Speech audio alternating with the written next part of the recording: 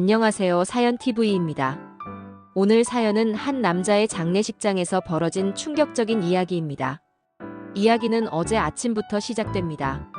서울 강남구에 사는 75세 박영희 할머니는 평범한 하루를 보내고 있었습니다. 남편 김철호는 78세로 어제도 여느 때처럼 아침 일찍 나갔습니다.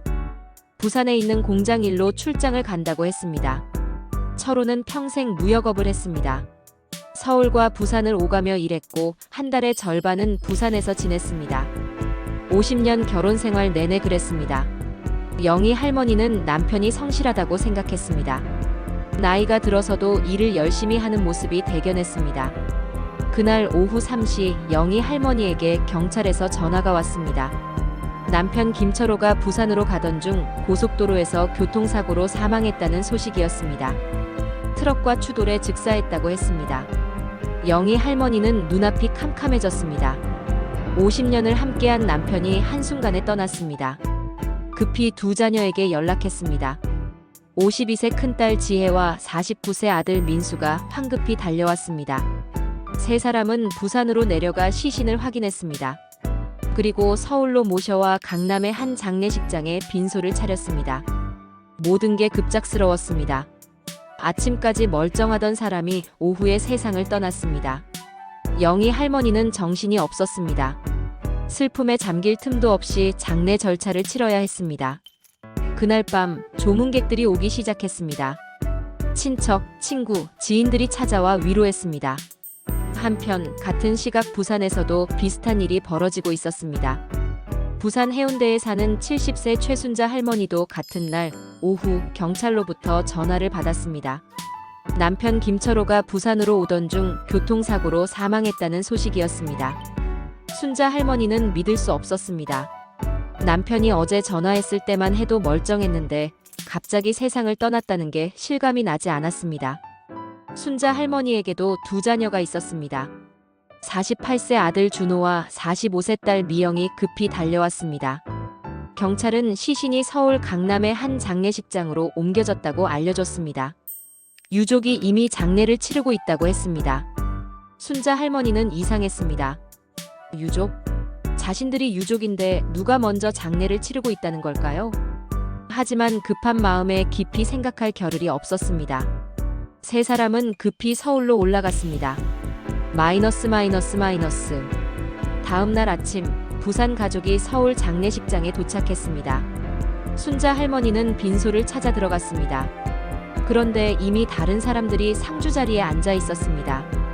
70대 할머니 한 명과 50대로 보이는 남녀가 상복을 입고 앉아 있었습니다. 순자 할머니는 당황했습니다. 조문객들이 이 사람들에게 절을 하고 있었습니다. 순자 할머니가 다가가 고인의 빈소가 맞는지 물었습니다.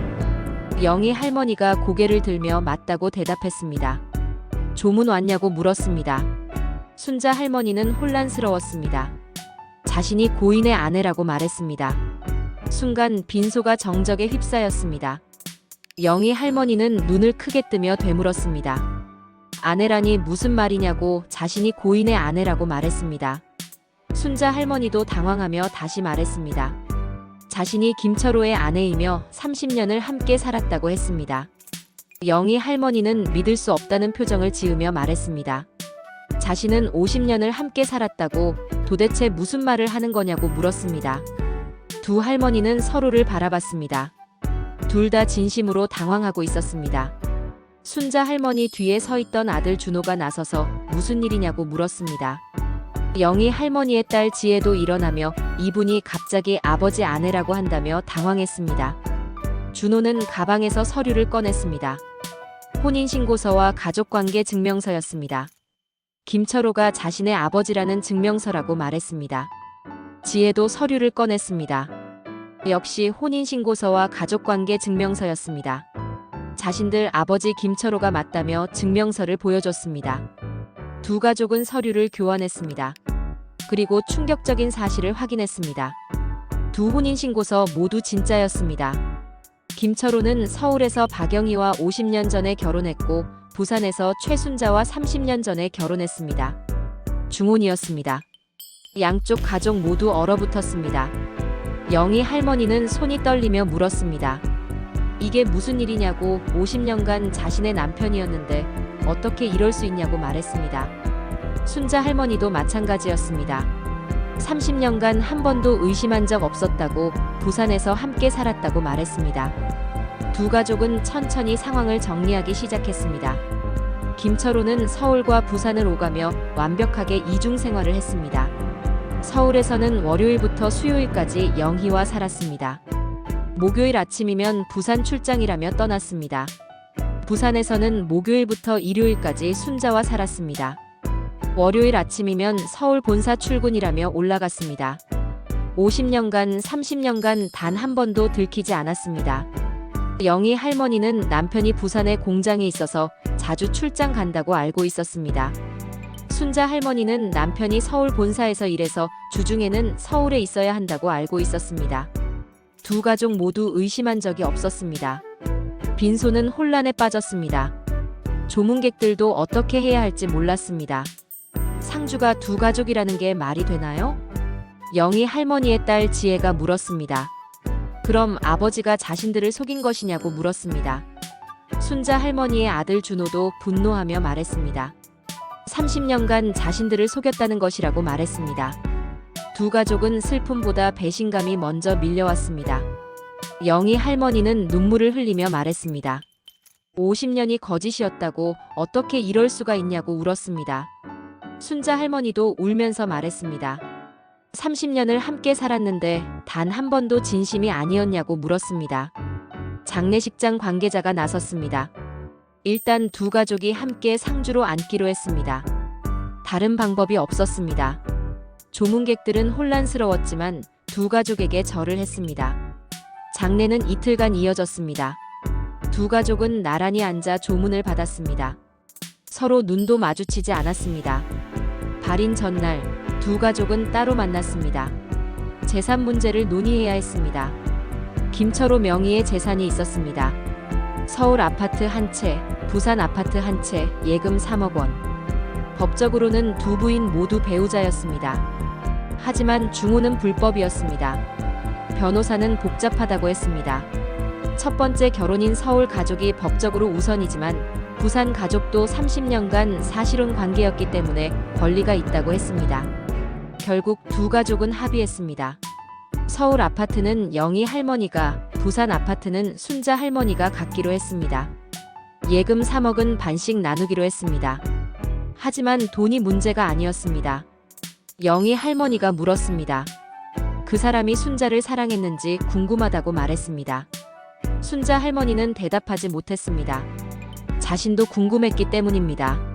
자신도 모르겠다고, 30년간 자신에게는 좋은 남편이었지만 거짓이었다고 말했습니다. 영희 할머니도 고개를 끄덕이며 말했습니다. 자신도 50년간 행복했다고 생각했는데 이제는 모든 게 거짓 같다고 했습니다. 두 할머니는 서로를 원망하지 않았습니다. 둘 다 피해자였으니까요. 원망할 사람은 이미 세상을 떠났습니다. 발인날 김철호는 화장되었습니다. 유골은 두 가족이 나눠 가졌습니다. 절반은 서울 가족 묘지에, 절반은 부산 가족 묘지에 묻기로 했습니다. 장례가 끝나고 두 가족은 각자의 집으로 돌아갔습니다. 6개월이 흘렀습니다. 영희 할머니는 서울 아파트에서 혼자 살고 있습니다.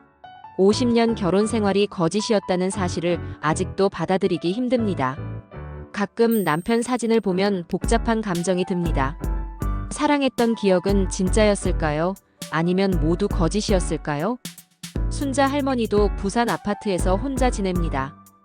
30년이 한순간에 무너졌습니다. 행복했던 기억들이 이제는 아프게 느껴집니다. 두 할머니는 한 번도 다시 연락하지 않았습니다. 서로 보기만 해도 그날의 충격이 떠오르기 때문입니다. 김철호의 자녀들도 마찬가지입니다. 서울의 지혜와 민수, 부산의 준호와 미영. 네 사람은 이복 형제자매지만 만날 생각이 없습니다. 김철호는 무덤 속에서도 두 가족 사이에 갈라져 있습니다. 서울과 부산 두 곳에 나뉘어 묻혔습니다. 생전에 두 가정을 오갔던 것처럼 죽어서도 두 곳에 나뉘어 있습니다. 여러분, 거짓은 언젠가 드러납니다. 오늘 이야기의 김철호는 50년, 30년간 완벽하게 비밀을 지켰습니다. 하지만 죽음 앞에서는 모든 게 드러났습니다. 두 가족 모두 피해자였습니다. 영희 할머니도 순자 할머니도 네 자녀도 모두 속았습니다. 김철호는 두 여자를 모두 사랑했을까요? 아니면 둘 다 속인 것일까요? 이제 아무도 알 수 없습니다.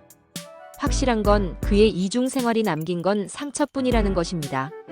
50년, 30년의 기억이 모두 의심스러워졌습니다. 행복했던 순간들조차 이제는 거짓처럼 느껴집니다. 두 할머니는 남은 인생을 이 배신감과 함께 살아가야 합니다. 진실은 때로 너무 잔인합니다. 하지만 거짓보다는 낫습니다. 만약 여러분의 가족 중 누군가 이상한 행동을 한다면 외면하지 마세요. 진실을 마주할 용기가 필요합니다. 그리고 무엇보다 거짓으로 다른 사람을 속이며 사는 것은 결국 모두를 불행하게 만듭니다. 사연TV였습니다. 구독과 좋아요, 알림 설정 부탁드립니다. 다음 이야기로 또 찾아뵙겠습니다.